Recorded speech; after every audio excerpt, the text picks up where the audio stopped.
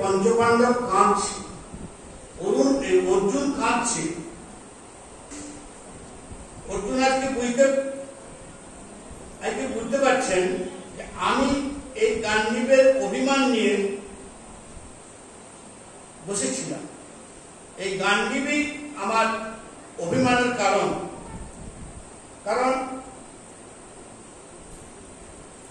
এই যে তার প্রতাপ, তার বল, তার যে পরাক্রম, সেটা একজন শ্রেষ্ঠ ধনুর্ধারী,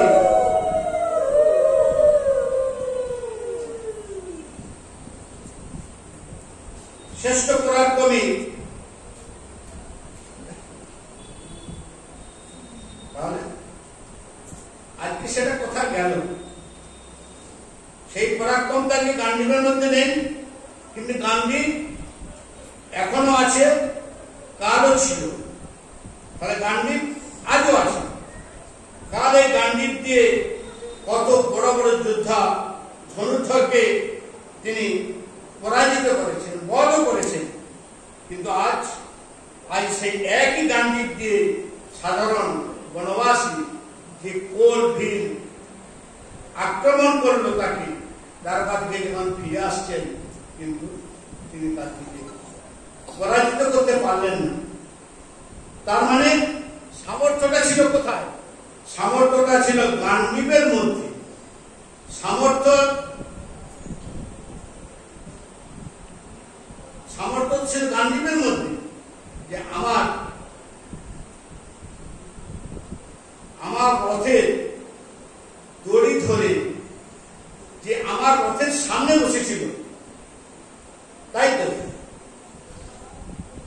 আমার সারথি হয়ে আমার রথকে পরিচালনা করেছেন, রথের দড়ি ধরে আমার সামনে বসে আছেন। সেই গোবিন্দের কৃপাতেই তো আমি আজকে কৌরব, সেই কৌরব রূপ যে সমুদ্র, সেই কৌরব রূপ সমুদ্র থেকে আমি তো আজকে পার হতে পেরেছি।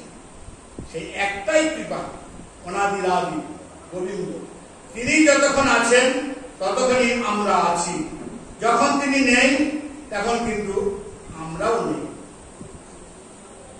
তাই গোবিন্দের কৃপায় আমি সবকিছু বিজয় করেছি।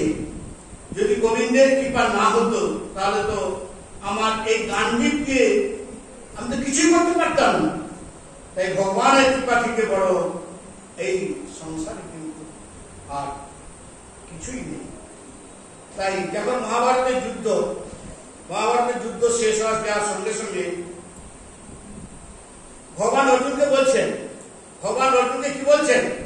অর্জুন নেমে এসো, নেমে এসো, নেমে এসো, অর্জুন তাড়াতাড়ি রথ থেকে নেমে এসো। অর্জুন গোবিন্দকে বলছে, প্রভু আজকে আপনি এরকম কথা বলছেন কেন? তুমি নেমে এসো রথ থেকে, এ কথা বলছে কেন? আগে তো আপনি নামেন না,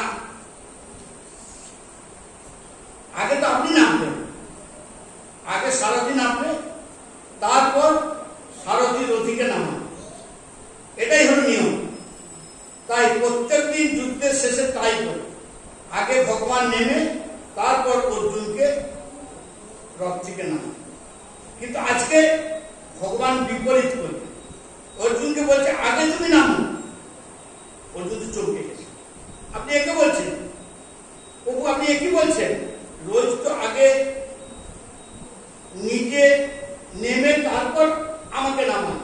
অর্জুন ভাবলো ভগবান বলছেন, তার মানে নিশ্চয়ই এটার পিছনে হয়তো নিশ্চয়ই কোনো কিছু কারণ থাকতে পারে, না এই কথাটা হঠাৎ করে বলছেন কেন? এই বিচার করে অর্জুন রথ থেকে নেমে গেছেন। যখনই অর্জুন নিচে নেমেছেন, রথের উপরে যে পতাকা ছিল সেই পতাকার মধ্যে হনুমানজি থাকতেন। রথের উপরে এক পতাকা রাখা থাকতো, সেই পতাকার মধ্যে হনুমানজি থাকতেন। হনুমানজি বসেছিলেন, হনুমান দিকে ভগবান যে তাকিয়েছেন, হনুমান ভগবানকে প্রণাম করলেন, ভগবানকে প্রণাম করে তারপর তিনি রথ থেকে লাফিয়ে নেমে এলেন। হনুমান যখন নেমে গেছেন, এবার ভগবানের রথ থেকে যখন নেমে এসেছেন, যখনই ভগবান রথ থেকে নেমেছেন, সঙ্গে সঙ্গে সেই দিব্য রথ দাও দাও করে জ্বলে উঠে, সঙ্গে সঙ্গে ভগবান আমার সঙ্গে সঙ্গে। তাহলে দেখুন শক্তিটা কার ছিল? এই যে শক্তিটা অর্জুন দেখতো, অর্জুন সেটা দেখলো, দেখে একবার বিস্মিত হয়ে গেল, প্রভু এ কি হল? ভগবান বললেন, তোমার রথখানি যুদ্ধের প্রথম দিনই কিন্তু পুরো ছাই হয়ে গেছে।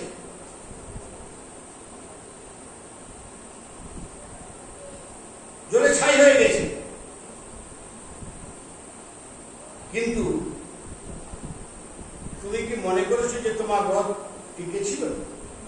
তোমার রথ তখনই কিন্তু জ্বলে ছাই হয়ে গেছে প্রথম যুদ্ধে। এই রথ একমাত্র আমার কারণে যেমন ছিল ঠিক তেমনি কি আছে। আমি যদি এই রথ থেকে আগে নেমে যেতাম, তাহলে কিন্তু এই রথের সাথে তুমিও জ্বলে ছাই হয়ে, কারণ এই রথে আমি ত্যাগ করলাম, তার জন্যে আজকে আগে তোমাকে আমি নামতে বললাম, আগে নামালাম। এবং হনুমানকেও তার জন্য আগে, হনুমান তো তার আগেই নেমেছে। তাই আমাদের মনে রাখতে হবে, ভগবান যেখানে আছে, ভগবান যেখানে থাকেন তখন মঙ্গলই মঙ্গল। তার জন্য জীবনে যদি কখনো কোনো কষ্ট আছে, দুঃখ আছে, তাতে কি আছে? ভগবান তো আমার সঙ্গে আছেন।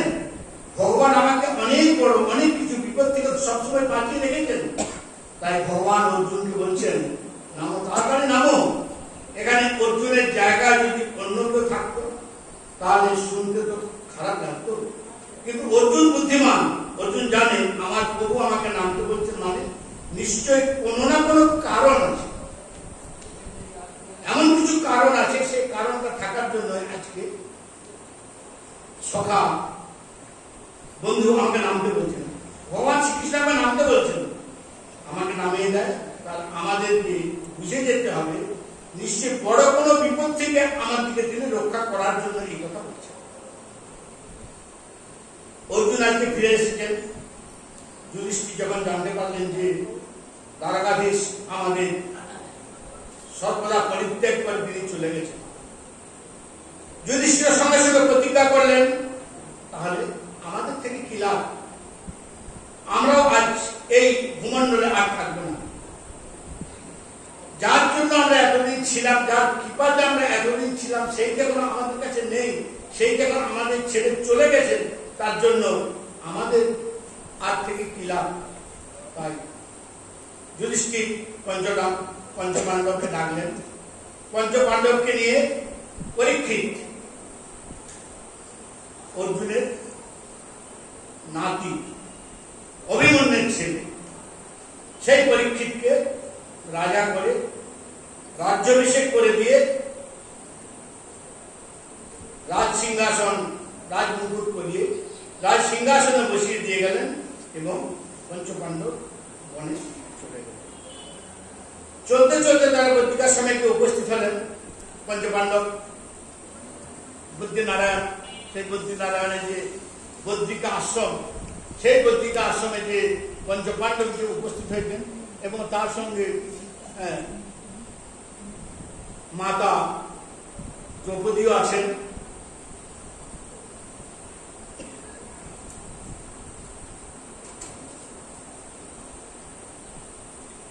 সেই বদ্রীনাথে গিয়ে তারা ভগবানকে দর্শন করেছেন। ভগবান সেখানে আসেন তো, সেটা আবার কিরকম? 6 মাস দেবতাদের সেবা, 6 মাস মানুষের সেবা। সেই বদ্রিকা আশ্রম, সেই বদ্রিকা আশ্রমে তারা দর্শন করে সেখান থেকে প্রায় 30 কিলোমিটার দূর হবে সরস্বতী নদী, সরস্বতী নদীর উৎস। সেখান থেকে আরো যদি আপনি 30 কিলোমিটার চলে যান, সেখানে দেখবেন তিব্বত, এবং ওখানে নাকি বলে ওই তিব্বত তারপরে পড়ে যাচ্ছে চীনের বর্ডার। ওইখানে পাহাড়ের উপরে এমন একটা হ্রদ আছে, মানে কত বড় যে হ্রদ এবং কত জল সেখানে জমা আছে।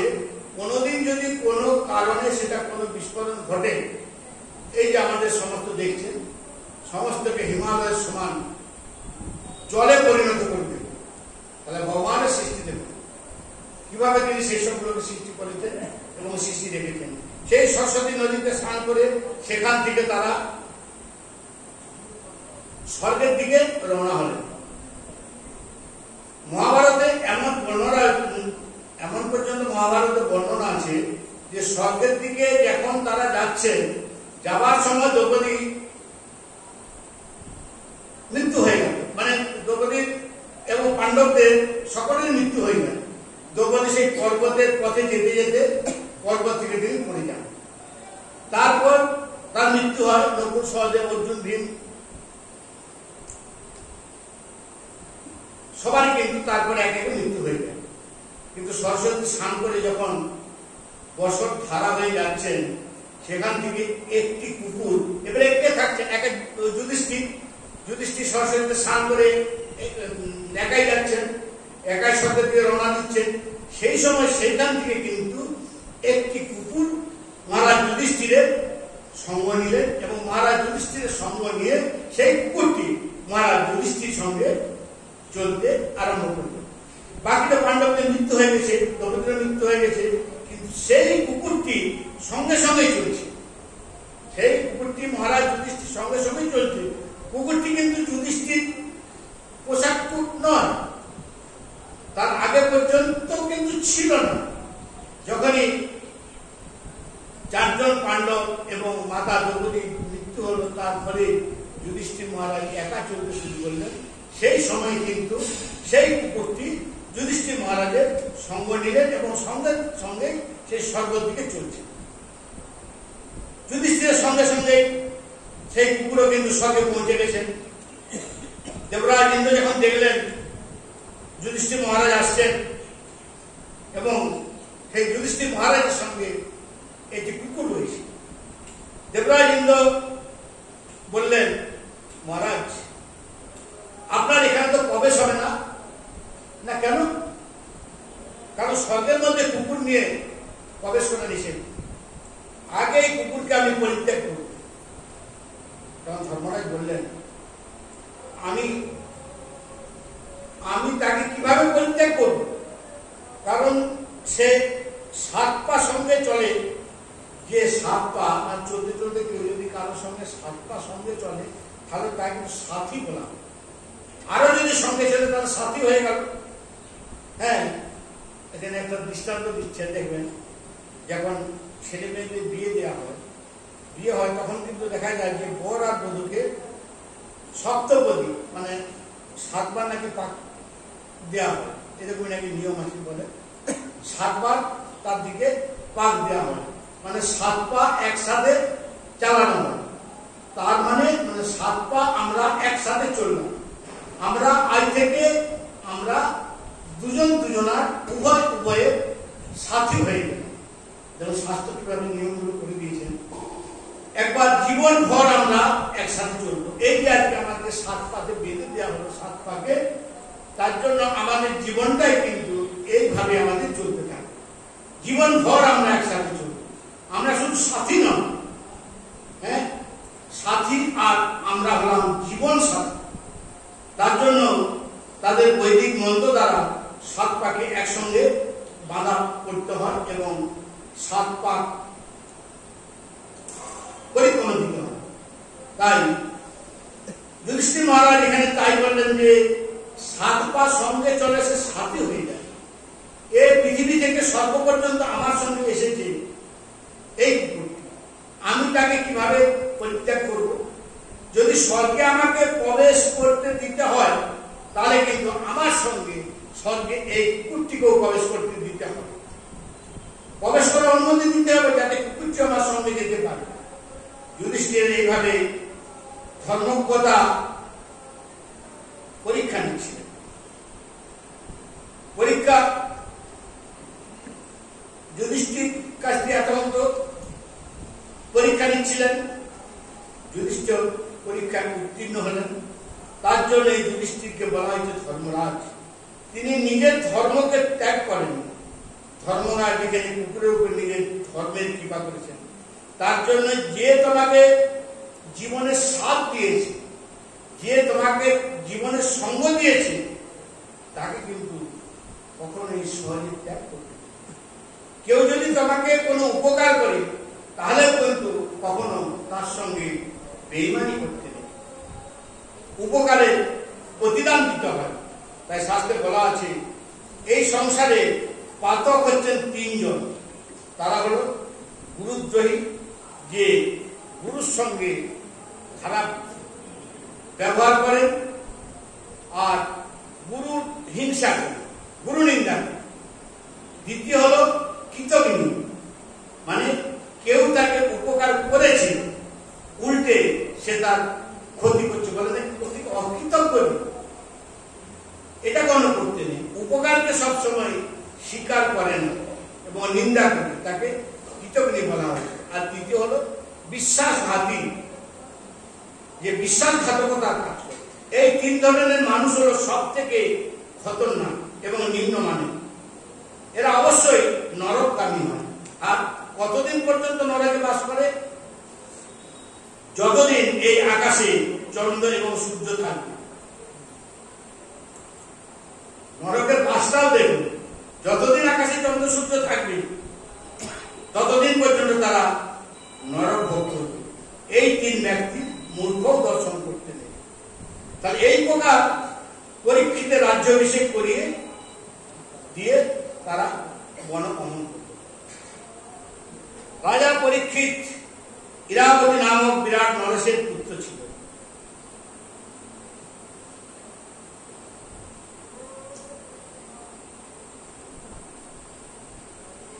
ইরাবতী বিরাট রাজার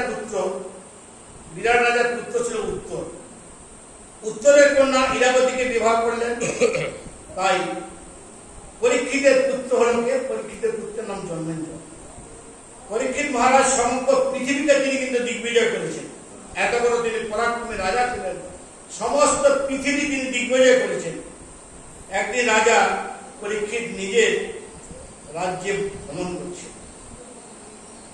হঠাৎ সামনে দেখলেন একটি বিষয়, মানে একটি ষাঁড় আর একটি গোমাতা, তাদের মধ্যে সুন্দর সৎসঙ্গ চলছে, কথোপকথন হচ্ছে। ষাঁড় এবং একটি গোমাতা। পরীক্ষিতের একটা গুণ ছিল কি জানেন? মহারাজ জীবজন্তু এবং পশু পাখি কথা তিনি বুঝতে পারতেন, তাদের ভাষা তিনি বুঝতে পারতেন।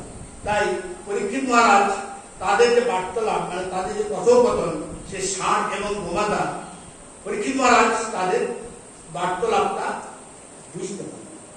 তাদের মধ্যে যে কথোপকথন চলছে, গোমাতা খুব দুঃখী হয়ে রয়েছে।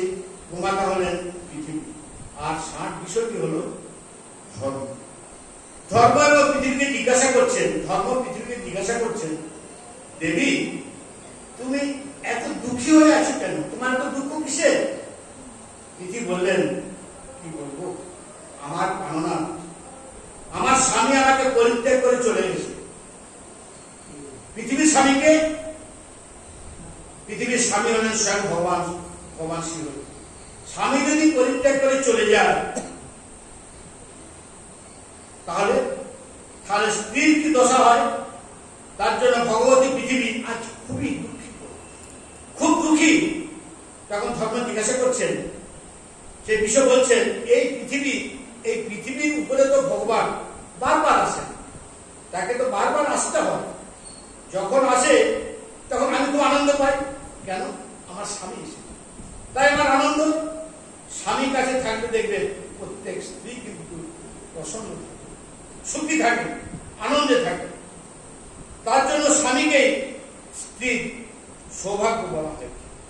স্ত্রীর সৌভাগ্য টাকা, অট্টালিকা, গাড়ি বাড়ি, ধন সম্পত্তি, জমি জায়গা, প্রাচুর্য কিন্তু কিছুই নয়, গয়না গাঠি।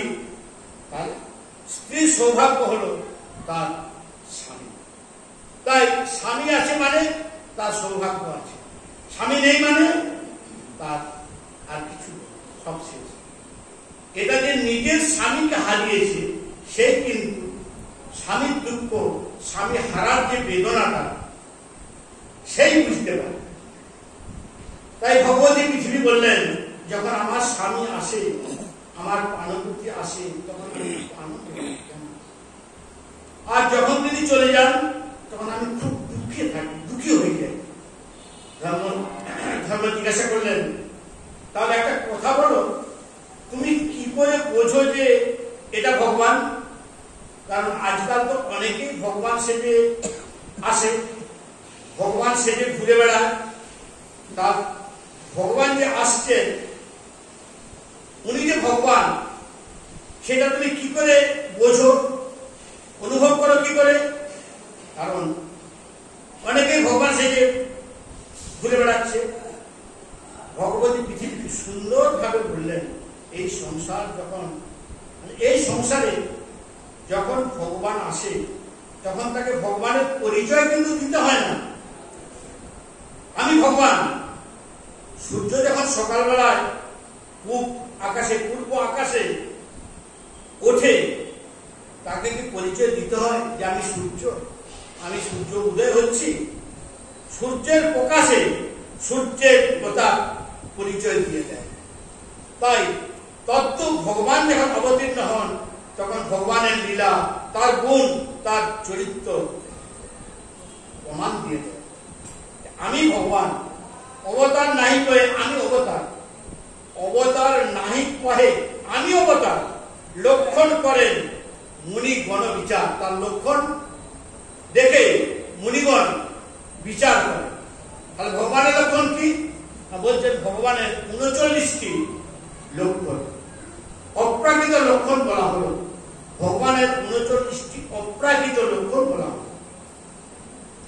সত্য, পবিত্রতা, দয়া, ক্ষমা, ত্যাগ, সন্তোষ, সরলতা, সম, দম, তপ, সমতা, তিতিক্ষা, উপরতি, স্বাস্থ্য, বিচার, জ্ঞান, বৈরাগ্য, ঐশ্বর্য, বিরোধ, তেজ, বল, সিদ্ধি, স্বাধীনতা, কৌশল, কান্তি, ধৈর্য, কোমলতা, নির্ভীকতা, বিনয়, শীল, সাহস, উৎসাহ, বল, সৌভাগ্য, গম্ভীরতা, ধৈর্য, আস্তিক্য, কীর্তি, গৌরব ও নিরকারিতা, এগুলো হলো ভগবানের গুণ।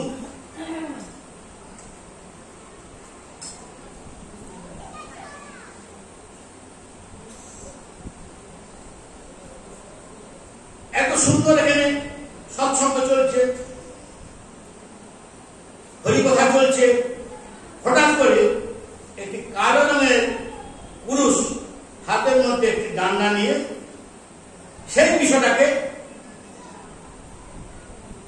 মারতে লাগে। গোমাতা যখন তাকে তাড়াতে গেছে, গোমাতাকেও মারতে গেছে। সেটা মহারাজ পরীক্ষিত দেখলেন। পরীক্ষিত মহারাজ এটা দেখে খুব কুপিত হয়ে গেল, অত্যন্ত রাগান্বিত হয়ে গেল। আরে দুরাচারী, আমার রাজ্যের মধ্যে এবং আমারই সামনে এই নিজ জীবের উপর অত্যাচার করছিস, কে তুই? বলে সে একটা তরোয়াল বের করেছে। তরোয়ালটা বের করে তাকে মারতে যাবেন, সঙ্গে সঙ্গে সেই পুরুষ এসে পরীক্ষিত মহারাজের চরণে পড়ে গেছে। মহারাজ, মহারাজ, আমি আপনার শরণাগত, আমাকে আপনি ক্ষমা করুন। পরীক্ষিত মহারাজ যখন তাকে শরণাগতিতে দেখেছেন, কেউ যদি স্বীকার করে নেয় আমি আপনার শরণাগত, আপনি আপনার আশ্রিত, স্বীকার যদি করে নেয় অন্যায়, তাহলে দেখবেন অন্যায়টা অনেকটা লাঘব হবে। শরণাগতি প্রশ্ন করলেন, পরীক্ষিত মহারাজ প্রশ্ন করলেন, কে তুমি? তোমার এত বড় দুঃসাহস যে তুমি আমারই সামনে, আমারই রাজত্বে এইভাবে তুমি প্রাণীদের অত্যাচার করছো, প্রাণীদের মারধর করছো। এখন সে পরিচয় দিচ্ছেন, কে তুমি? পরিচয় দিচ্ছেন, আমার নাম হলো কলি। ওহো, তুমি হলে তাহলে কলি? হ্যাঁ মহারাজ, আমি সে। তোমার এত দুঃসাহস, তুমি আমার রাজ্য, আমার সামনে এইভাবে তুমি নিরীহ জীবের উপর তুমি অত্যাচার করছো, এত বড় তোমার সাহস? কলিকাল। কলি বললেন, মহারাজ, সময় তো আমারই চলছে। এই যে কলিকাল, এই কলিকালের সময়টা তো আমারই কাল। আমি তুমি কি বলছো? হ্যাঁ মহারাজ, আমি ঠিকই বলছি। ভগবান যেদিন থেকে এই পৃথিবী ত্যাগ করে চলে গেছেন, তার লীলা সম্বরণ করেছেন, সেই দিন থেকেই কিন্তু কলিযুগ আরম্ভ হয়ে গেছে। তাহলে আমি এখন যাবো কোথায়? আমারই কাজ। পরীক্ষিত বললেন, তুমি যেখানে ইচ্ছে তুমি সেখানে যাও, আমার রাজ্যে তুমি থাকতে পারবে না। উনি বললেন, আপনার রাজ্যের বাইরে আমার তো থাকার জায়গা নেই। না কেন? কারণ পুরো পৃথিবীটাই তো আপনার রাজ্য, পুরো পৃথিবীর মধ্যেই তো আপনার রাজত্ব। আর উনি একমাত্র নিবাস এই পৃথিবী, এই পৃথিবীর মধ্যে কলির নিবাস। তাহলে আমাকে থাকার জন্য তো আপনাকে জায়গা দিতেই হবে, আপনি জায়গা দেন। পরীক্ষিত মহারাজ বিচার করলেন, তাহলে জায়গা তো দিতেই হবে।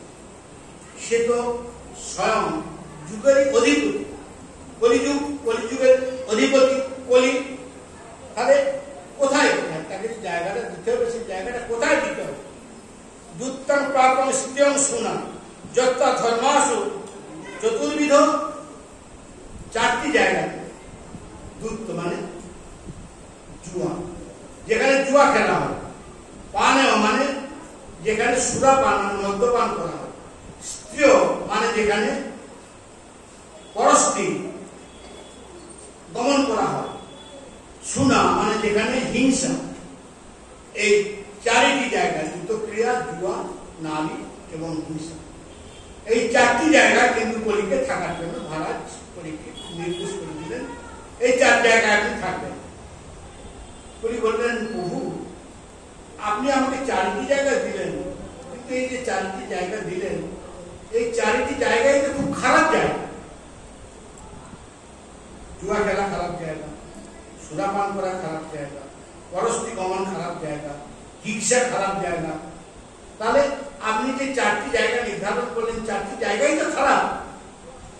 তাহলে আপনি অন্তত আমাকে কিছু একটা জায়গা দিন যেটা ভালো। তখন বিচার করে পরীক্ষিত মহারাজ বললেন, 5ম জায়গা একটা দিলেন। 5ম জায়গা দিলেন কোথায়? 5ম স্থান দিলেন তাকে রূপের মধ্যে, মানে সোনা, স্বর্ণের মধ্যে তাকে 5ম স্থান। স্বর্ণ মানে অর্থ, পৃথিবীর অর্থ সোনা দিয়ে সঞ্চালিত হয়। বলি মনে মনে ভাবছেন সোনার মধ্যে জায়গা দিয়েছে, বাহ। হ্যাঁ, মনে মনে করি আনন্দিত হয়েছে। কাল থেকে আমি ওই পরীক্ষিতের মাথার মধ্যে উঠে বসব, কারণ সোনা তো মানুষকে করতেই হবে। রাজার মাথায় কি থাকে? সোনার মুকুট। তাহলে আমি যদি সোনাতে আমাকে স্থান দেওয়া হয়, আমি সোনাতেই যদি থাকি, তাহলে আমি সেই রাজার মাথার উপরেই বসবো। পরীক্ষিত মহারাজ বললেন, সাবধান করি, কিন্তু তুমি যেটা ভাবছো সেটা কিন্তু হবে না। সমস্ত সোনার তোমার কিন্তু স্থান হবে না। তুমি ভাবছো বাহ, খুব আনন্দ করো, সোনার স্থান দিয়েছে, তাহলে আমি কাল থেকে রাজার মাথার উপরেই বসবো। কিন্তু সমস্ত সোনার তোমার স্থান নয়।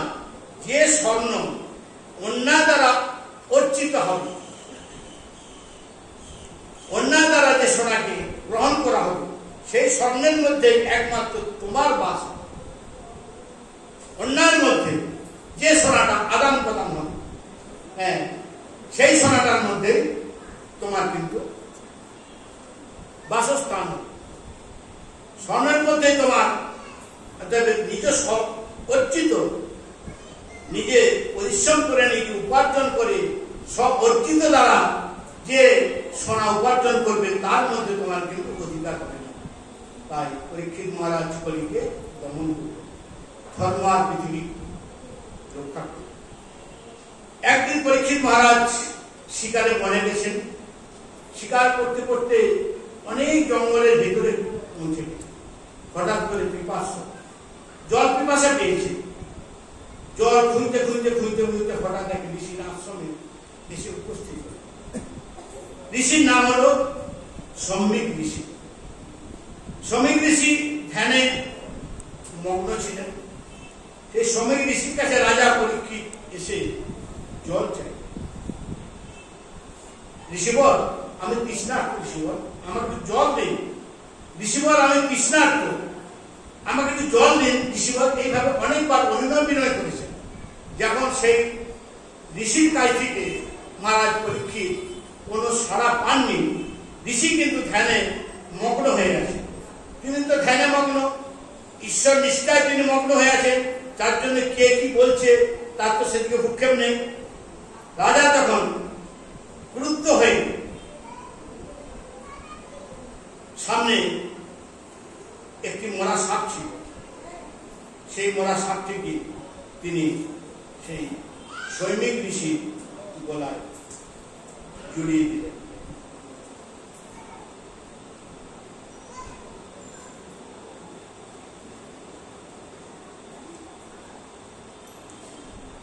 এখানে রাজা পরীক্ষিতের একটা অভিমান হয়ে গেল। মানে অভিমান যে কোনো পরিস্থিতিতে মানুষের মধ্যে জন্ম নিয়ে নেয়।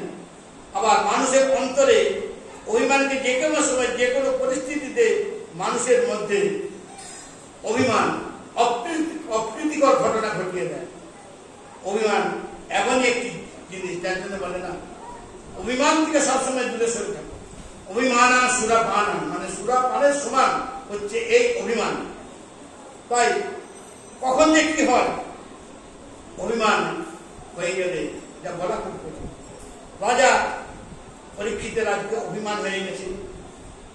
আমি তার কাছে জল চাইলাম, আমার দিকে তিনি ফিরত তাকালেন না। জল দেওয়া তো দূরের কথা,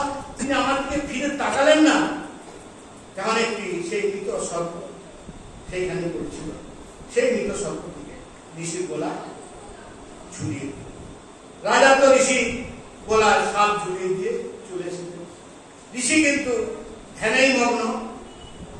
এদিকে সেই শ্রমিক ঋষির পুত্র ছিল সিংহী, তাও সে ছোট। সিংহী তেমন পাশে নদীর তটে বাচ্চাদের সঙ্গে তিনি খেলা করছেন। হঠাৎ করে কেউ কে সিংহী ঋষিকে, মানে তার সেই ছোট বাচ্চাকে সৌম্য ঋষির ছেলেকে বলছেন, এই শোন, জানিস তোর বাবার গলায় অনেক রাজা মোরা সাপ জড়িয়ে দিয়ে চলে গেছে। সিংহী ঋষির সঙ্গে সঙ্গে খুব প্রধান্বিত গুরুত্ব হয়ে গেছেন এবং এসে দেখলেন সত্যি তো আমার গলায় মৃত সর্প, আমার বাবার গলায় মৃত সর্প জড়িয়ে দিয়ে কে গেল? যে নিজের মর্যাদা উল্লঙ্ঘন করে আমার পিতার গলার মৃত সর্পকে জড়িয়ে দিয়েছে। আমি অভিশাপ দিচ্ছি, আজ থেকে 7 দিনের মধ্যে তক্ষক দর্শনে তার মৃত্যু হবে। অভিশাপ দিয়ে দিলেন ঋষি, আবার ঋষির পুত্র। এদিকে রাজা যখন রাজ্যে ফিরে এলেন, ফিরে এসে রাজা তখন একটু আনমনা অবস্থানে আছে। মনের মধ্যে সেই ঘটনাটা জেগে উঠছে, অনুতাপ হচ্ছে, ছি ছি ছি, আমি কত বড় অপরাধ করব, নিশ্চয়ই আমাকে তার ফল তো ভোগ করতে হবে। আমি একজন ধ্যানরত মুনির গলায় একটা মৃত্যু সাপটি জড়িয়ে দিয়ে চলে এলাম। দেখুন পাপ সবাই, এই সংসারের মধ্যে এমন কি কেউ আছে, কেউ কি জোর গলায় বলতে পারবে যে আমি পাপ করিনি, আমি নিষ্পাপ, আমি কোনো পাপ করিনি? পাপ করাটা কিন্তু বড় জিনিস। মানুষ মাত্র দাবাই, মানে মানুষ মাত্রেই কিছু না কিছু পাপ হয়েই থাকে। কিন্তু অপরাধ করে যদি সে স্বীকার করে নেয়, মানে একটা অপরাধ তো পাপ, পার্থিব অপরাধ, অপরাধ করে যদি সে স্বীকার করে নেয় যে আমি পাপ করেছি, আমি অপরাধ করেছি, তখন তার অনুশোচনা হয়, তাহলে কিন্তু সেটা অনেকটা প্রায়শ্চিত্ত হয়ে যায়, তাতে তার সাজা অনেকটা কম হয়। তাই পরীক্ষিত অনুশোচনা হয়েছে, দেখেই সে 7 দিন এবং যখন খবরটাকে পৌঁছালো, অনেক ঋষি যে রাজসভায় খবর দিয়ে এলেন যে মহারাজ, সৌম্য ঋষির পুত্র সিংহী আপনাকে অভিশাপ দিয়েছেন যে আমার বাবার গলায় যে মৃত সর্প জড়িয়েছে, 7 দিনের মধ্যে তক্ষক দর্শনে তার মৃত্যু। হ্যাঁ,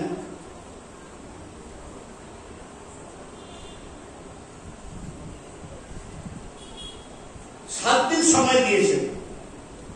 পরীক্ষিত অনুশোচনা করলেন, 7 দিনের সময় তো পেলাম, না হলে ঋষিকে এমন অভিশাপ দিতে পারতেন যে এক্ষুনি এই অবস্থা তার মৃত্যু হয়ে গেল। কিন্তু সেটা না বলে কি বললেন, 7 দিনের মধ্যে তক্ষক দর্শনে মৃত্যু। পরীক্ষিত মহারাজ মনে মনে অনুশোচনা হয়েছে। এদিকে শ্রমিক ঋষি যখন জানতে পারলেন, তখন সিংহীকে খুব করে বুঝালেন, এ কি করলেন, অভিমানকে ঠিক করলেন, এরকম তুমি একটা অভিশাপ যে দিলে ঠিক করো, কিন্তু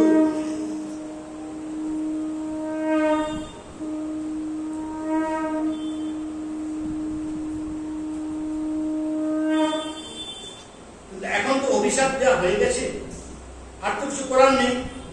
তাই সঙ্গে সঙ্গে সেই খবরটা সৌম্য ঋষি এক ব্রাহ্মণ দ্বারা রাজার কাছে পাঠিয়ে, তার জীবনে আর মাত্র 7 দিন বাকি আছে, এই 7 দিনে যেন নিজের মুক্তির কোনো উপায় আমাকে খুঁজে পেতে।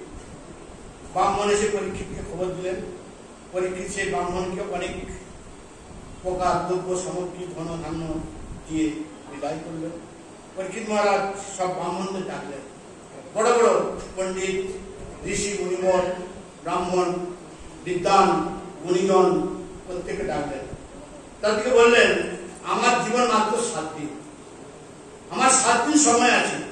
এই 7 দিনের মধ্যে আপনারা কেউ কি আমার এই মুক্তির পথ বলে দিতে পারবেন? কেউ কেউ উত্তর দিচ্ছেন। মুক্তির উপায় কি? এই যে মুক্তির উপায়, তার বিধান আপনারা কেউ দিতে পারবেন? কেউ কোনো উত্তর দিতে পারছেন না। 7 দিনের মুক্তি কি করে হবে? মানুষ শত শত বছর ধরে সাধন ভজন জপ তপ করছে, তপস্যা করছে, তখন কি যদি কারোর মুক্তি হয়, তাও এক জন্মে নয়, জন্ম জন্মান্তর ধরে। তাই রাজা তখন চিন্তিত হয়ে গেলেন এবং নিজের পুত্র জন্মেঞ্জয়কে ডাকলেন। রাজ সিংহাসনে বসিয়ে রাজ অভিষেক করিয়ে অনশনে বসে গেলেন। গঙ্গার তটে এক বটবৃক্ষের নিচে বসে গেলেন। গঙ্গার তটে কেউ তো কোনো বিধান দিতে পারলেন না, সকলকে ডাকলেন। কেউ যার যেরকম মত সেইভাবে মত পোষণ করছেন, এই করুন সেই করুন, নানা রকম মত পোষণ করছেন। কিন্তু সঠিক যে 7 দিনের মধ্যে আমার ভগবত প্রাপ্তি হবে, ভগবত চরণ পাবো, এটা তো কেউ সঠিক করে দৃঢ় করে বলতে পারছেন না। তাই তিনি কি করলেন? পুত্র জন্মেঞ্জয়কে সিংহাসনে বসিয়ে অনশনের পথ নিয়ে গঙ্গার তটে এক বটবৃক্ষের নিচে বসে গেলেন। অন্ন জল সব ত্যাগ করে দিলেন। চারিদিকে ভিড় লেগে গেছে। পরীক্ষিতকে সবাই দেখার জন্য। দেখাটা কি? দেখাটা বড় কথা নয়। পরীক্ষিতের যে মৃত্যু, সেই মৃত্যুটা কিভাবে হবে, মুক্তি বা কিভাবে হবে? হঠাৎ করে দেখা গেল সেই সময় মহর্ষি বেদব্যাসের পুত্র সুখদেব মুনি এসে উপস্থিত হলেন।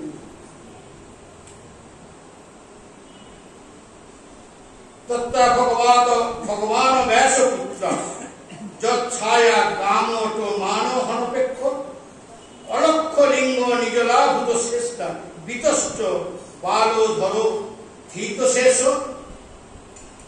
স্বয়ং সুখদেব মুনি যখনই এসে উপস্থিত হয়েছেন, সুখদেব ভগবানকে দেখে সবাই উঠে দাঁড়িয়েছে। সুখদেবকে দেখে সবাই উঠে দাঁড়িয়েছে এবং সবাই তাকে জায়গা ছেড়ে দিয়ে তার জয় জয়কার করছে। উচ্চ আসন দিয়ে বসিয়েছেন, সবাই তাকে পাদ্যর্ঘ করলেন, পুজো করলেন, চরণে প্রণাম করলেন। সুখদেব মুনির কাছে প্রশ্ন করলেন, প্রভু একটি কথা বলুন তো। না, কি কথা? অত্র পৃচ্ছামি সংসিদ্ধি যোগিনাং পরম গুরু পুরুষের শ্রেষ্ঠ যস্য কার্যং প্রিয় মানস্য সর্বদা। এই সংসারের মধ্যে যে জীব মরণাপন্ন, তাকে নিজের মুক্তির জন্য কি করা উচিত? পরীক্ষিত বললেন, সুখদেব বললেন, খুব মন দিয়ে শুনবেন রাজন, এই সংসারে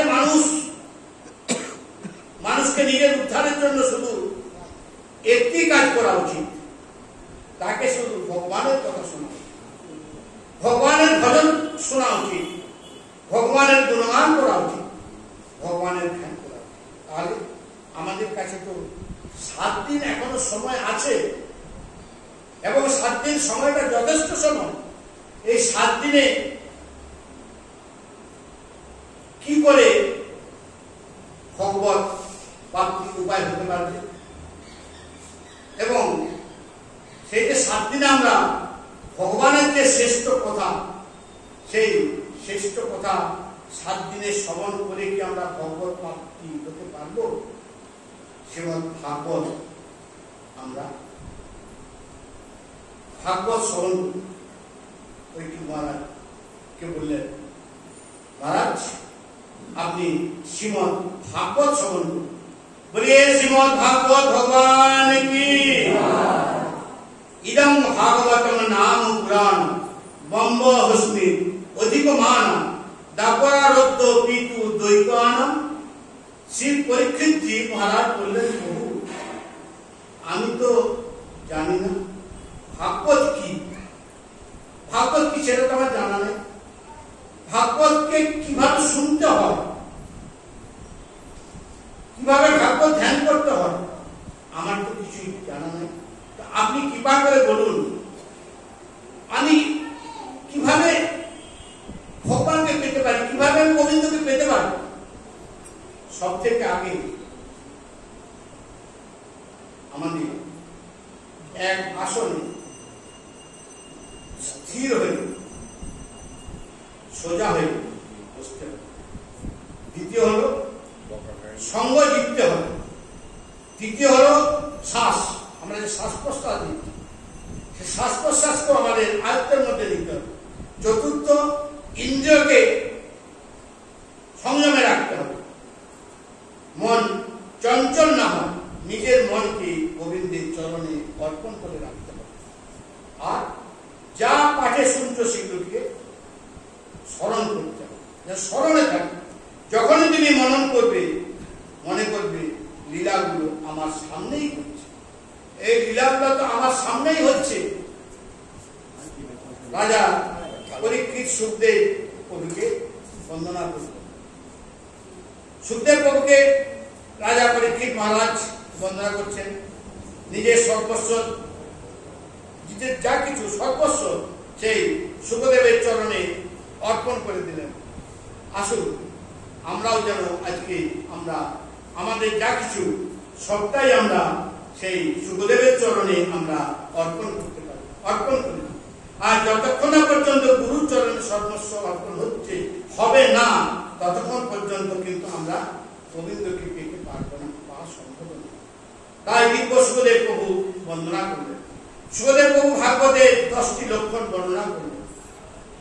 এখানে একটা কথা আমার গুরু মহারাজ পাঠে বলেছিলেন,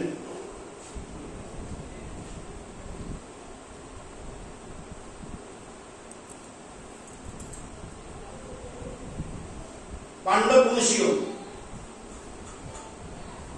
কোন একজন কারো মনে কিছু আক্ষেপ ছিল, ক্ষোভ ছিল, দুঃখ ছিল, সে ঘটনাটা একটু অন্য। যাই হোক, তখন ভগবান বলছেন কোন একজন বলছেন যে আপনি কি বলতে চান?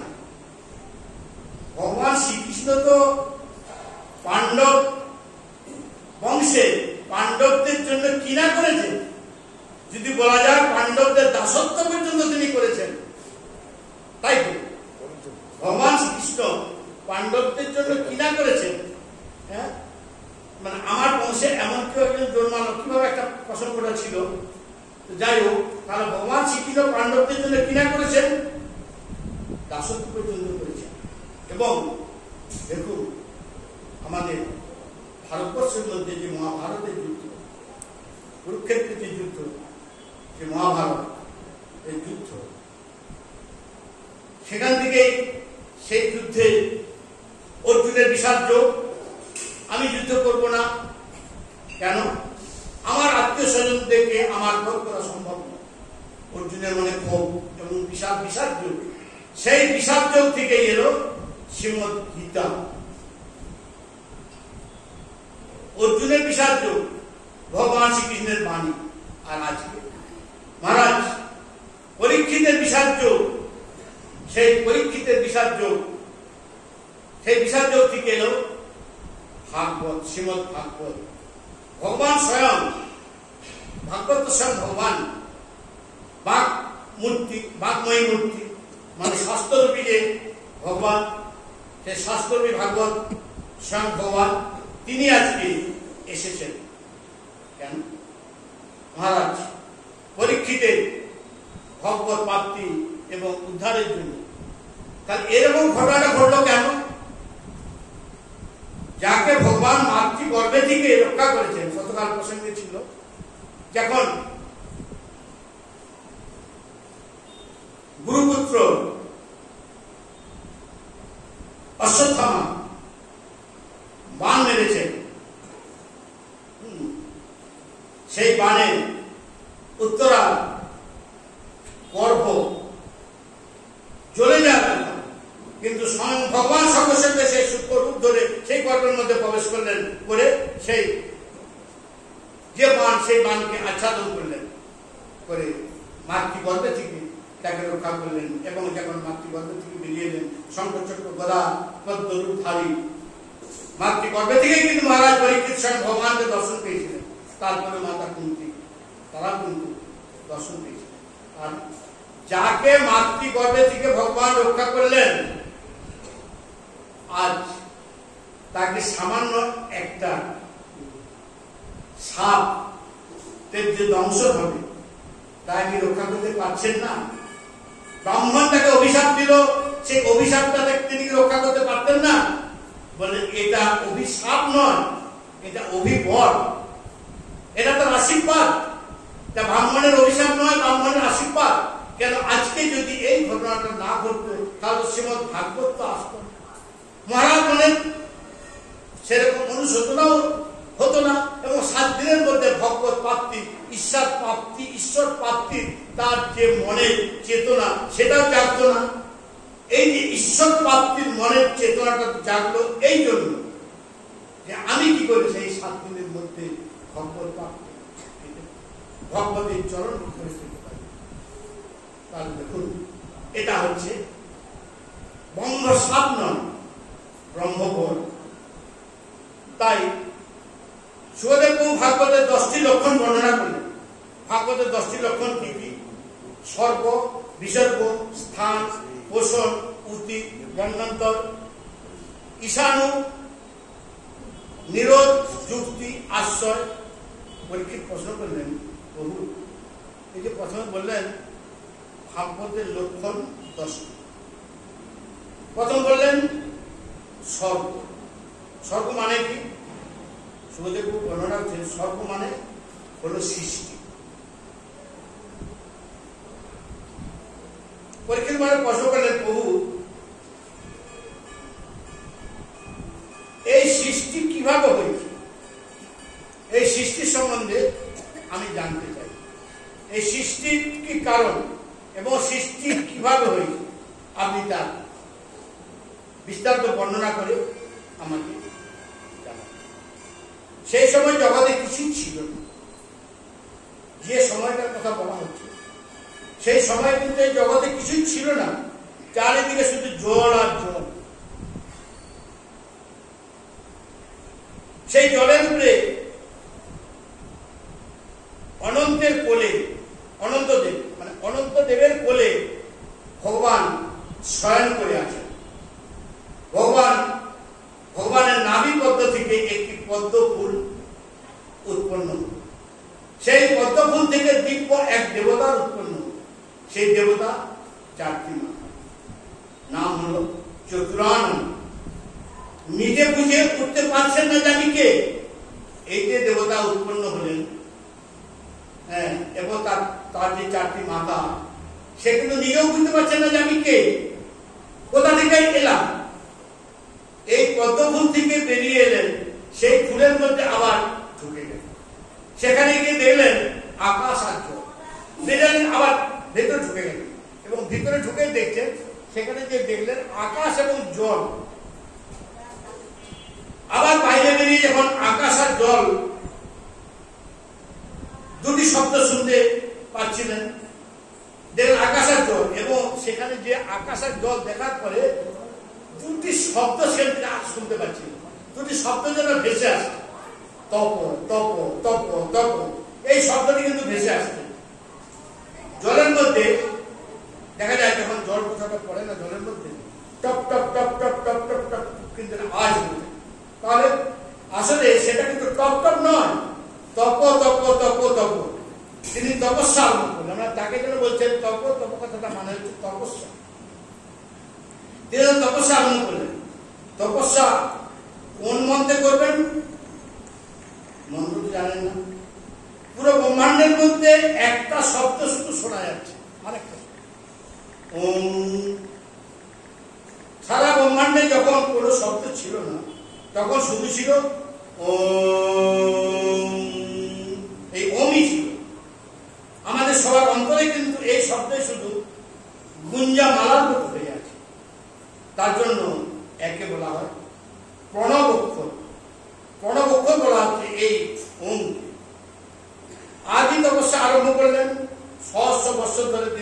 তপস্যা করছেন।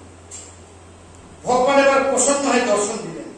যখন ভগবানকে সামনে দেখেছেন, ভগবানকে দেখেই তো সেই যে তপস্যা করছিলেন, চারটি মাথা যুক্ত, তিনি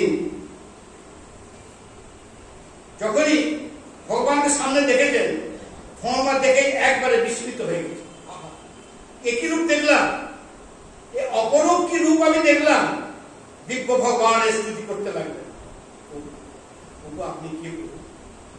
আর আমি তাকে স্তুতি করছেন, আমি কিন্তু কিছুই বুঝতে পারছি না প্রভু, আপনি কে বা আমি কে? ভগবান বললেন, আমি হলাম ব্রহ্ম আর তুমি হলে আমার। যার জন্য আজ থেকে এই সংসারে তোমাকে ব্রহ্মা বলে জানি। ব্রহ্মস্য পুত্র তস্য নাম ব্রহ্মা। ভগবান বললেন, আমি হলাম দ্রষ্টা, কারণ ব্রহ্মাকে তুমি হলেন দ্রষ্টা, আমি স্রষ্টা, আমি দ্রষ্টা। তোমার এই সৃষ্টির বিষয়ে আমি সবসময় নজর রাখব।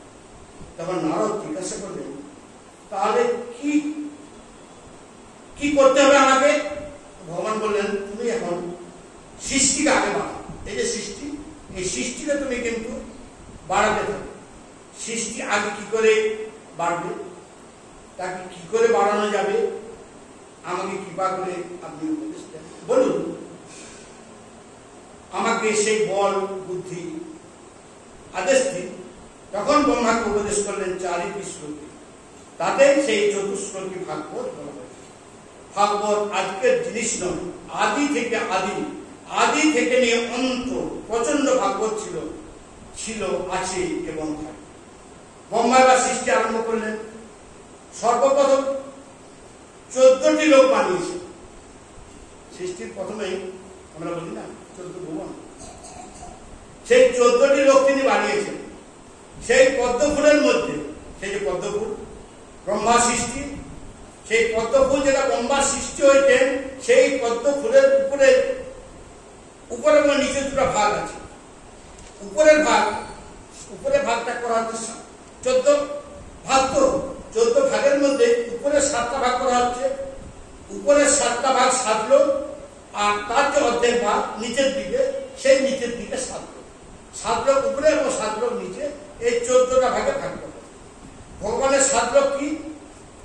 ভূলোক, ভূগোলোক, স্বর্গলোক, জনলোক, মহলোক, তপলোক, আর নিচের যে 7 লোক, অতল, মানে নিচের দিকে যে 7টা ভাগ করছেন, অতল, বিতল, সুতল, তলাতল, মহাতল আর পাতাল। পাতাল লিখে থাকেন বলি মহারাজ। এই হলো আমাদের 14টি ভুবন, মানে 14টি লোক। এই 14টি ভুবন আর 14টি লোককে কিন্তু এইভাবে ভাগ করি। আমরা এই যে 14 লোক বা 14 ভুবনের মাঝখানে আছি। আমরা কোথায় আছি? এই 14 ভুবনে কিন্তু আমরা মাঝখানে আছি। তাই ভগবান নারায়ণ কোথায় আছেন? আমাদের নিচে না আমাদের উপরে? পদ্ম ফুলের লাল থেকে যে ব্রহ্মা বেরিয়েছেন, সেই নালের মধ্যে 14টি লোক আছে। এই 14 লোকের মাঝখানে আমরা আছি। নালটা কোথা থেকে বেরিয়েছেন? না ভগবানের যে নাভি দেশ, সেই ভগবানের নাভি দেশ থেকে কিন্তু এই পদ্মের যে নাল, মানে নলটা, সেই নলটা বেরিয়েছে। ভগবান তাই আমাদের দিকে নিচে আছে। তবে ভগবান শুধু কিন্তু নিচেই নেই, ভগবান উপরেও আছে আর সর্বত্রই আছে। উপর নিচে বলে নয়, উপরে আছেন, নিচে আছেন, উপরে নিচে তো আছেনই, এবং তার সঙ্গে ভগবান সর্বত্রই বিরাজ। ভগবান যে আমাদের নিচে আছেন, যেখানে তিনি কি রূপে আছেন? না সেখানে তিনি ভূমা পুরুষ রূপে আছেন। ভূমা পুরুষ আবার কি? সেটা দেখবার জন্য, জানবার জন্য ভগবান একবার অর্জুনকে নিয়ে গেছে যে ভূমা পুরুষ কি। এই ভূমা পুরুষকে দেখার জন্য স্বয়ং ভগবান। তো সেই ভূমা পুরুষ কোথায় থাকেন, কোথায় আছেন? ভূমা পুরুষ পাতালে আছে, পাতালেরও নিচে আবার বলি মহারাজ তো পাতাল, সে পাতালেরও নিচে আছেন ভূমা পুরুষ। ভূমা পুরুষ আদি নারায়ণ। এটা হলো এই ব্রহ্মাণ্ডের কথা, মানে এই ব্রহ্মাণ্ড, এইরকম তো অনন্ত কোটি ব্রহ্মাণ্ড, অনন্ত কোটি বিশ্ব ব্রহ্মাণ্ড আছে। এখন কিন্তু সায়েন্সে বলছে আমরা শুধু এইটুকু দেখতে পাচ্ছি, আমাদের যে ব্রহ্মাণ্ড, এই সৌরজগৎটা নিয়ে আমাদের যে ব্রহ্মাণ্ড, এটা শুধু এই ব্রহ্মাণ্ড।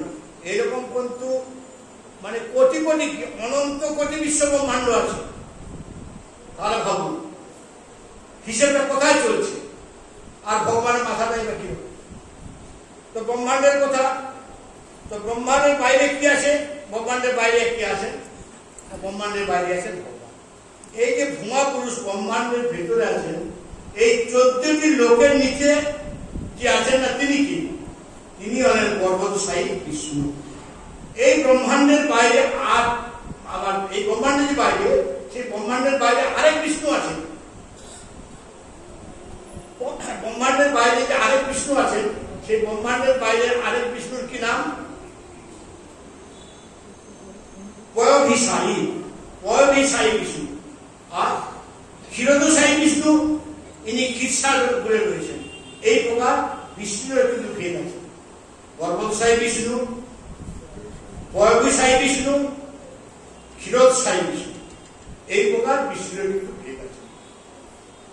সংকর্ষণ ভগবান থেকে এটা উৎপন্ন হয়েছে। এদের উৎপন্নটা সংকর্ষণ ভগবান। তাহলে সংকর্ষসায়ী বিষ্ণু, কারণবসায়ী বিষ্ণু থেকে উৎপন্ন হয়েছে পয়ভিসায়ী বিষ্ণু। পয়ভিসায়ী বিষ্ণু থেকে উৎপন্ন হলেন পর্বতসায়ী বিষ্ণু। আর পর্বতসায়ী বিষ্ণু থেকে ব্রহ্মাণ্ডকে পরিচালনা করছেন পর্বতসায়ী বিষ্ণু। পর্বতসায়ী বিষ্ণু এই ব্রহ্মাণ্ডকে কিন্তু পরিচালনা করছেন। আর যিনি পয়ধিসায়ী বিষ্ণু, তিনি এই জগতের লালন পালন করছেন। আর যিনি কারণবসায়ী বিষ্ণু, তিনি এই সমস্ত সংসার সৃষ্টি, স্থিতি, বিনাশ ইত্যাদি। আর ভগবান সমস্ত দায়িত্বটা কিন্তু ভাগ করে, এই যে সমস্ত দায়িত্ব, সেই দায়িত্ব কিন্তু ভগবান যদি সবই তিনি নিজে করবেন, বিভিন্ন রূপে আলাদা আলাদা দায়িত্ব তাকে বহন করতে হবে। তাই তিনি আলাদা আলাদা ভাবে দায়িত্বটা ভাগ করে দিয়েছেন এবং ব্রহ্মা সৃষ্টির মধ্যে সর্বপ্রথম 4টি পুত্রকে জন্ম দিয়েছেন। প্রথম সৃষ্টি ব্রহ্মা যখন সৃষ্টি করেছেন, তাহলে দেখুন ভগবানের যে সৃষ্টিটা, এই যে আমাদের 7 সমুদ্র আমরা করি না, একে চন্দ্র, চন্দ্র দুটি আছে কি? একটি, দুয়ে পক্ষ, পক্ষ 3টি, একটি আছে কি? 2টি। 3 নিত্য, 4 বেগ, 5 পঞ্চবান, 7 সমুদ্র। এই 7টি যে সমুদ্র, 7টি সমুদ্র কি কি? আমরা তো শুধুমাত্র লবণ সমুদ্রটা পেয়েছি। তাহলে 7টা সমুদ্র এই আমাদের এইটা নয়, বঙ্গোপসাগর, আরব সাগর, ভারত সাগর, এইভাবে নয়। 7টা যে সমুদ্র, সেই 7টা সমুদ্র হচ্ছে লবণ সমুদ্র, দধি সমুদ্র, ক্ষীর সমুদ্র, সুরা সমুদ্র, দুগ্ধ সমুদ্র। লবণ সমুদ্র একটা আছে, মিষ্টি সমুদ্র মানে মিষ্টি জল একটা আছে। এইভাবে কিন্তু 7টা সমুদ্র। তাতে সারা বৈজ্ঞানিক শুধুমাত্র এই লবণ সমুদ্রটা সন্ধান পেয়েছে। আর যে 6টা সমুদ্র আছে, এই 6টা সমুদ্র কিন্তু এখন পর্যন্ত কোনো বৈজ্ঞানিক, কোন সায়েন্টিস্ট কিন্তু সেই আবিষ্কার করতে কিন্তু পারেননি। 6টা সমুদ্র এখনো বিদ্যমান। তাহলে দেখুন এই ব্রহ্মাণ্ডটা কি জিনিস। তা এবার ব্রহ্মা সৃষ্টির মধ্যে সর্বপ্রথম 4 জন পুত্রকে তিনি জন্ম দিয়েছেন। তারা হলেন সনক, সুনন্দন, সনাতন আর সনত। এই 4 জন পুত্র যখন জন্ম হয়েছে, এই 4 জন হাত জোড়ো করে বন্দনা করছেন, প্রার্থনা করছেন, হে পিতা, আমাদের জন্য কি আদেশ? আপনি যে আমাদের সৃষ্টি করলেন, জন্ম দিলেন, তাহলে আমাদের জন্য আদেশ কি? যাও তোমরা সৃষ্টি করো।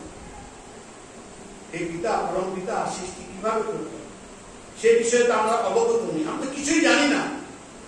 কিভাবে সৃষ্টি করতে হয় আমাদেরকে শক্তি সামর্থ্য জ্ঞাপন করুন, শক্তি দিন। ব্রহ্মা বললেন তার জন্য তোমাদের তপস্যা করতে, তোমরা তপস্যা আরম্ভ করো। তপস্যা করতে করতে করতে করতে মন নির্মল হয়ে, যখন মন নির্মল হল ব্রহ্মা তখন দর্শন দিলেন। তপস্যা করছেন, মনের নির্মলতা সংযম এলো, তখন ব্রহ্মা দর্শন তারা পেলেন। বলো তোমরা কি বলছো? তারা বললেন এমন বড় দিন যাতে আমরা এই 5 বছরের বালকই থেকে যাই। তাহলে দেখুন, এটা তো আমরা জানি যে সনত কুমার সনত এরা তো 5 বছরই বালক, এদের 5 বছরের বেশিও নয়, 5 বছরের কমও নয়, কিন্তু এরা হাজার হাজার বছর লক্ষ লক্ষ বছর কিন্তু এরা বেঁচে আছে, চলছে, কিন্তু এদের বয়স ওই 5 বছরই। তাহলে এদের 5 বছর বয়সটা কি করে হলো? আশীর্বাদ করছে, তপস্যা করছেন, তপস্যাতে বর চেয়েছেন যে আপনি এমন বর দিন যেমন আমাদের বয়সটা এই 5 বছরই থেকে যায়। তারা বললেন এমন বর দিন। ব্রহ্মা বললেন তথাস্তু। ব্রহ্মা বস্ত্র দিয়ে দিলেন, তথাস্তু বলে দিলেন, এবার সৃষ্টি করো। হে পরম পিতা, আপনি তো বর দিলেন তোমরা 5 বছরের বাচ্চা হয়ে থাকবে। তাহলে আমরা যদি 5 বছরের বাচ্চা হয়ে থাকি, তাহলে 5 বছরের বাচ্চা কি কোনো বাচ্চা কি জন্ম দিতে পারে?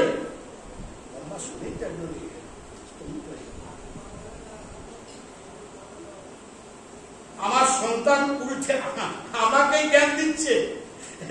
আমার সন্তান, যার দিকে আমি সৃষ্টি করলাম, যার দিকে আমি পড়ালাম, সেই সন্তান আবার আজকে আপনি জ্ঞান দিচ্ছে। আমরা বলল যে ব্রহ্মা একদম প্রধানিত হয়ে গেল। সেই ক্রোধ থেকে তার 2 গুরুর মাঝখান দিয়ে এমন প্রধান্বিত রাগান্বিত হয়েছে, সেই রাগের অবস্থাতে তার যে চোখের ভুরু, সেই চোখের ভুরু থেকে দিব্য এক পুরুষের জন্ম হয়েছে। সেই ক্রোধ থেকে এক পুরুষ উৎপন্ন হয়েছে। তার জন্য তার মধ্যে তামসিক গুণটা রয়ে গেছে। ক্রোধ তামসিক, অতএব সেখান থেকে যে উৎপন্ন হয়েছে তার মধ্যে সেই তামসিক গুণটা থেকে গেছে, আর জন্ম নিয়ে রোদন করতে আরম্ভ করছে, মানে কান্না করছে, কানতে লেগেছেন। তার জন্য তার নাম হল রুদ্র। রোদয়তী ইতি রুদ্র, আর সেই রুদ্রই হল দেবাদিদেব মহাদেব, রুদ্রাবতার। দেবাদিদেব মহাদেবকে রুদ্রাবতার বলা হয় না? বলিয়ে রুদ্রাবতার ভগবান শিব শঙ্কর কি। এদিকে ব্রহ্মা দেবাদিদেব মহাদেবকে বললেন তুমি সৃষ্টি করো। মহাদেব সৃষ্টি আরম্ভ করলেন। কিসের? মহাদেব তো সেটা দিগম্বর অবস্থা থাকে শ্মশানে মশানে, তার সে কি সৃষ্টি করবে? শ্মশানে কি থাকে? ভূত, ভূত পেট পিশাচ যোগিনী জাগিনী এইসব সৃষ্টি শুরু করলো। সৃষ্টি দেখে তো ব্রহ্মা একদম আরো ক্রোধে একদম বন্ধ করতে পারে সব। দেখো এখনো মানুষ, দেবতা, গন্ধর্ব, এদের সৃষ্টি মানে তুমি কি করলে? ভূত পেট পিশাচ জাগিনী যোগিনী আগে তুমি সৃষ্টি করে দিলে, সৃষ্টি আগেই তাদের হয়ে গেল। ব্রহ্মা বললেন তুমি এদেরকে নিয়ে সরে যাও। মহাদেব এদেরকে নিয়ে থাকা শুরু। মহাদেব চলে গেল। তার যারা সৃষ্টি, হ্যাঁ, ভূত পেট যোগিনী জাগিনী তার যা কিছু ছিল সবকে নিয়ে মহাদেব চলে গেলেন। তার জন্য মহাদেব আরেক নাম হল ভূতনাথ, ভূতেশ্বর মহাদেব। আমাদের মথুরায় আছে না, বাবা ভূতেশ্বর মহাদেব কি। ভূত পেট পিশাচি হলো মহাদেব আর তারই বন, এদেরকে বলা হয় রুদ্র। এবার সৃষ্টি কিভাবে আগে বাড়বে? তাই আবার বললেন ব্রহ্মা 10টি পুত্র জন্ম দিলেন। মন থেকে সংকল্প করছেন যে তার জন্য এদেরকে ব্রহ্মার মানস পুত্র বলা হয়। মনের থেকে যেটা সৃষ্টি, মানুষ সে মন থেকে যেটা যে পুত্র সৃষ্টি হয়েছে তাকে বলা হচ্ছে মানস পুত্র। মানস পুত্র, সে মানস পুত্র কে কে? মরিচি, অত্রি, অঙ্গিরা, পুলস্ত, পুলহ, প্লুত, বশিষ্ঠ, অথবর্ণ, দক্ষ, নারদ,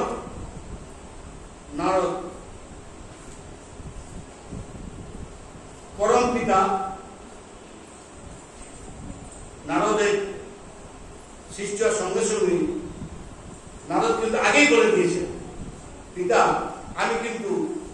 ভজন করতে চাই। মনে ঠিক আছে যাও, বাকিদেরকে বলেন তোমরা কি করবে? পরম পিতা একা একা সৃষ্টি করা তো সম্ভব নয়। তাহলে সৃষ্টির মধ্যে যতক্ষণ না পর্যন্ত পুরুষের সঙ্গে নারীর মিলন না হবে ততক্ষণ সৃষ্টি আগে বাড়বে না, সৃষ্টি হবে না। কারণ নারী হলো ধাত্রী, তার মধ্যে ধারণ করার সামর্থ্য রয়েছে, ধাত্রী ধারণ করার সামর্থ্য রয়েছে বলে ধাত্রী। আর সৃষ্টি যদি আগে বাড়াতে হয় তাহলে তো মন্ত্র দ্বারা সংকল্প করে কতদিন পর্যন্ত বাচ্চার জন্ম দেবে? কে তপস্যা করতে যাবে? একটা বাচ্চাকে জন্ম দেবার জন্য কে 100 বছর কেউ তপস্যা করবে? 200 বছর তপস্যা করবে? তাহলে এখানে সৃষ্টির সিদ্ধান্ত, সেই সৃষ্টির সিদ্ধান্তটাকে এখানে কিন্তু সহজ করতে হবে। আর সহজ কি করে হবে?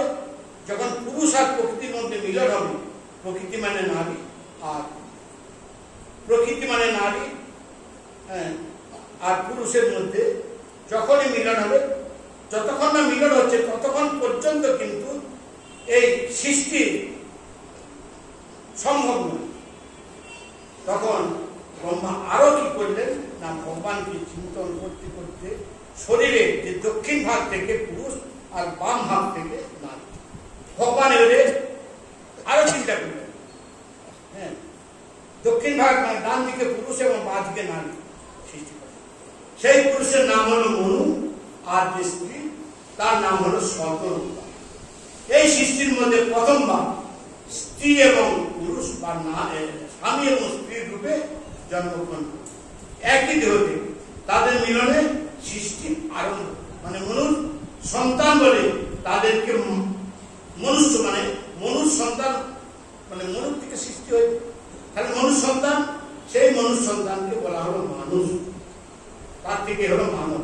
মনু আর শতরূপা থেকে 5টি সন্তান জন্ম হলো, 3টি কন্যা এবং 3টি কন্যা আকতি, দেবহূতি এবং প্রসূ, আর 2টি পুত্র প্রিয়ব্রত আর উত্থান। এটাই কিন্তু দেখো সৃষ্টির প্রথম। প্রিয়ব্রত, উত্থানপাদ, আকৃতি, দেবহূতি এবং প্রসূ, তাদের থেকে সমস্ত সংসার আস্তে আস্তে বাড়তে হবে। এখন থাকার জন্য তো জায়গা চাই, যখনই সংসার বাড়ছে, ছেলে মেয়ে বাড়ছে, জায়গা বাড়াতে হবে, ঘর বাড়াতে হবে। কারণ দেবতা, অসুর, যক্ষ, কিন্নর, গন্ধর্ব, মনুষ্য সব একসাথে পড়ে আছে। তাই মনু মহারাজ ব্রহ্মাকে বললেন, পরম পিতা, আমাদের মানুষদের থাকার জন্য আপনি একটা আলাদা জায়গা। ব্রহ্মা বললেন ঠিক আছে, যাও তোমরা পৃথিবীর লোকে থাকো। তখন তারা এই পৃথিবীকে খুঁজতে পেরেছে। পৃথিবীর লোক কোথায়? কিন্তু পৃথিবী আর পাওয়া যাচ্ছে না। খুঁজতে তারা বেরিয়েছেন, কিন্তু পৃথিবী তারা খুঁজে পাচ্ছে না। জানতে পারলেন পৃথিবী কোথায় গেল, কোথায় না পৃথিবী কশ্যপের পুত্র হিরণ্যকশিপু, দুই ভাই না, সেই হিরণ্যাক্ষ মহাদুষ্টু পৃথিবীকে হরণ করে, মানে পৃথিবীকে নিয়ে রসাতলে নিয়ে চলে গেছেন এবং সেখানে নিয়ে গিয়ে পৃথিবীকে থেকে লুকিয়ে রেখেছে হিরণ্যাক্ষ। ব্রহ্মা নিশ্চিন্ত হয়ে গেলেন যে পৃথিবীকে তো হরণ করে নিয়ে চলে গেছেন এবং রসাতলে পৃথিবীকে লুকিয়ে রেখেছেন। ব্রহ্মা তখন ভগবানকে স্মরণ করলেন। ভগবানকে স্মরণ করতে ব্রহ্মার জোরে একটি হাঁচি এলো।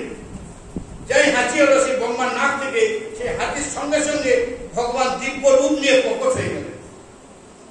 দেখতে দেখতে ভগবান বাড়তে লাগলো, বাড়তে বাড়তে তার নাম হলো বরাহ ভগবান। 24 প্রকার যে ভগবানের বর্ণন করা হয়েছে তার মধ্যে আমরা বরাহ ভগবান।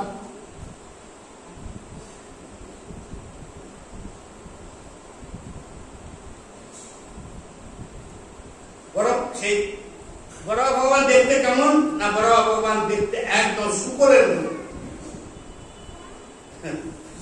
শুকরের একদম বরাহ একটা হাসির কথা জানেন, আমরা নিম্নবাদে এখন তো আমাদের যেটা প্রতি বছর রাসযাত্রা উপলক্ষে কাশী, বৃন্দাবন, গয়া, হরিদ্বার আমাদের প্রায় 25-28 দিন দুখানা বগি নিলাম থেকে। তো আমরা বৃন্দাবনে বাসুদেবের ধর্মশালাতে আমরা থাকতাম। আমাদের যে মন্ত্র সেবক মানে যে পূজারি ছিল হরমল, হ্যাঁ, তো আমাদের দুটো টহলিয়া ছিল, কাজ করতো, বাসন হয়তো বাজারে দিত, কয়লা আনতো, এইসব। একদিন ডাকছে, এই সারা বরানন্দন, এই সারা বরানন্দন বলে বলেছিল। আমার পাশে বলছে হরমলকে বলছে রে, কাকা বুঝছেন না, শুয়ারের বাচ্চা বলতে পারছেন না, তো হচ্ছে বরানন্দন। বলছে তোর বুদ্ধি আছে তো, হ্যাঁ, কি সুন্দর ভদ্র ভাষা, শুয়ারের বাচ্চা, খারাপ ভাষা, খারাপ লাগে, এই সারা বরানন্দন। হরমন্দাকে আমাদের মধ্যে নেই। সত্যি আমাদের সেই সময় একটা আমরা যে আমাদের গোষ্ঠী ছিল, আনন্দের মধ্যে আমরা কাটিয়েছি। যাক, অনেকে চলে গেছে, অনেকে আছে, যাই হোক, এইভাবে সেই বড়া ভগবান তাকে পৃথিবীকে নিয়ে রসাতলে চলে গেছে। তাহলে এই পৃথিবীকে তো উদ্ধার করতে হবে, হ্যাঁ, তাহলে পৃথিবী উদ্ধার কিভাবে হবে? আগামীকাল যদি আপনাদের কৃপা হয়, মহাপ্রভুর কৃপা হয়, সেই পৃথিবী উদ্ধারের রাস্তা পথ আলোচনা হবে। আজকে এইখানে বিশ্রাম রইল, আজকে এইখানে বিশ্রাম।